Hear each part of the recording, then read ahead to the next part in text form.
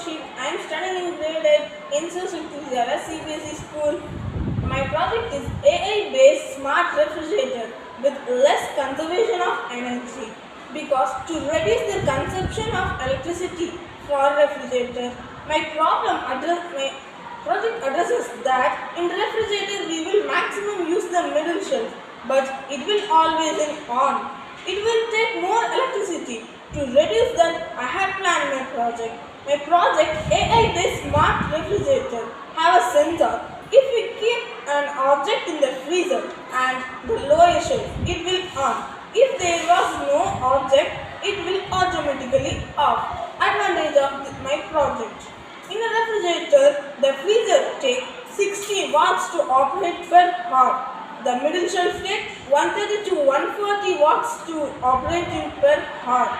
The lower shelf takes 130 to 400 watts to in a per hour.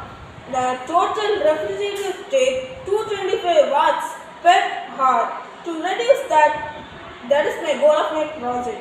If we didn't keep an object in freezer for 1 hour, the sensor will sense and off the freezer. Here we can save 60 watts per hour. Thank you.